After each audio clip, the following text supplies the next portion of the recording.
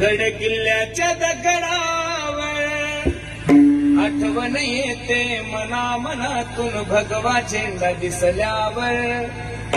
जात पातना धर्म पाहिला जगला माणुसकीवर, पुन्हा जन्मगा अशी इच्छा शिवभक्ताच्या हृदयावर।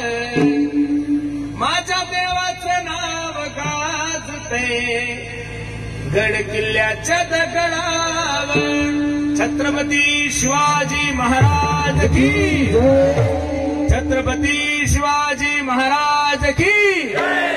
हर हर हर हर।